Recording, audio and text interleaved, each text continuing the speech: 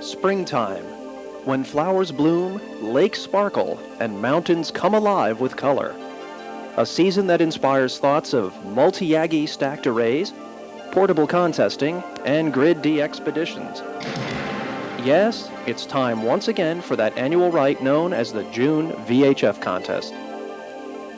The intrepid members of SCORE, stir-crazy after a long, cold winter, staged the first ever multi-operator D expedition to Chincoteague Island, Virginia. This is their story, and it's not pretty. Ah, that June contest. It inspires madness, luring its victims into preposterous operating schemes with the allure of e-skip. But where to operate? Any Grid D expedition should start with the big picture. Well, maybe not that big. The SCORE members are resourceful if nothing else, and a crude homemade rocket was launched to obtain high-resolution photographs of the east coast of the United States. After analyzing these photos, we determined the best choices for our site to be along the Delmarva Peninsula, particularly that area located in Virginia.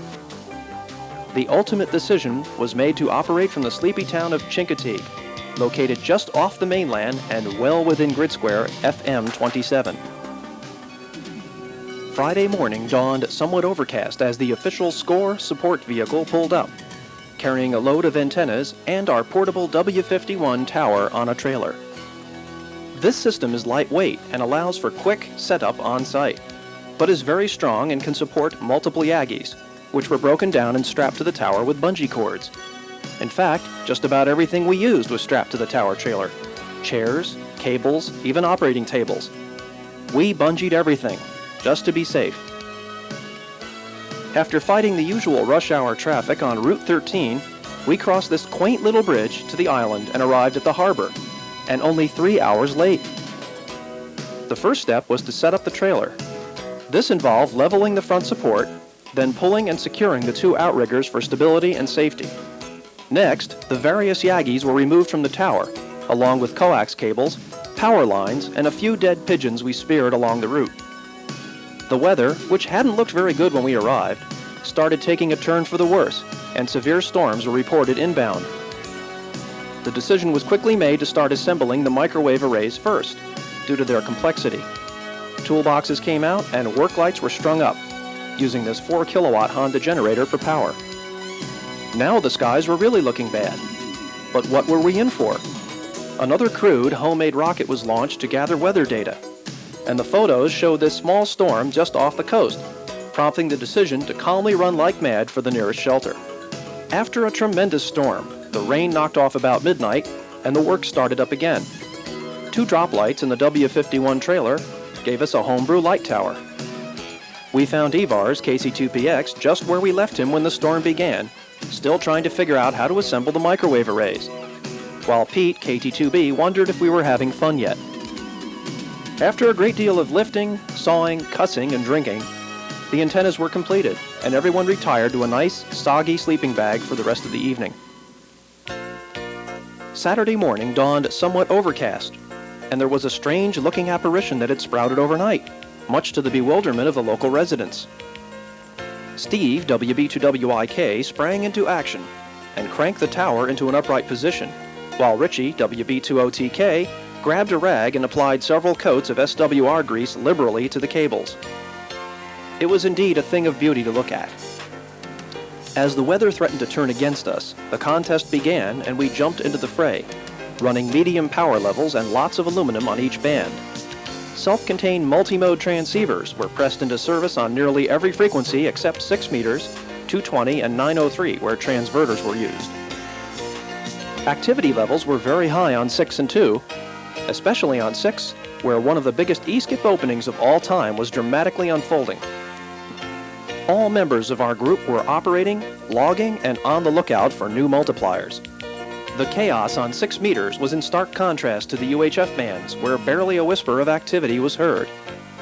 Outside, the weather finally took a turn for the better, as everyone was treated to a beautiful sunset across the docks.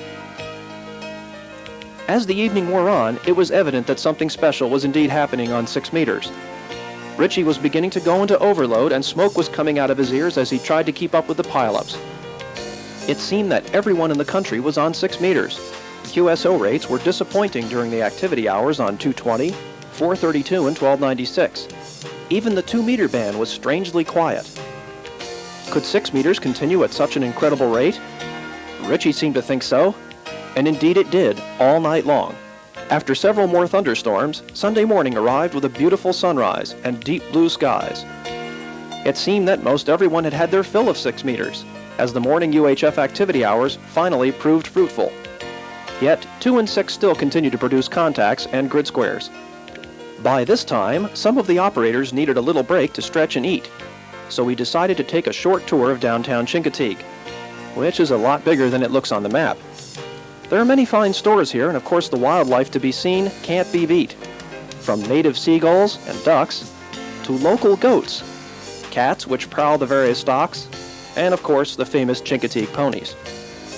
All too soon, the contest was drawing to a close, and with over 200 grid squares and 450 stations worked on 6 meters, Richie was desperately trying to make contact with KH6IAA in Hawaii through a curtain of W5s. But it was not to be. It's often said the best weather day for any contest is the one after it ends, and Monday was no exception. Out came the tools, the waterlogged tents, and a pile of soggy food and clothing. Overall, the tally was quite encouraging, with 459 queues and 204 grids on 6, 214 queues and 38 grids on 2, 51 queues and 24 grids on 220, 86 queues and 27 grids on 432, 8 queues and 7 grids on 903, and finally 28 queues and 13 grids on 1296. The final score of 330,215 points was good enough for a 15th place finish nationally. Fairly respectable for a medium power multi-op station fighting thunderstorms and a half-crazed 6-meter operator. Scorer members took a pledge on the spot to return in 1988 with more antennas, extra towers, higher power amplifiers, and several cases of mops and paper towels. How will they make out this time? Who knows? But you can be sure of one thing. You'll probably have to sit through another one of these slideshows to find out.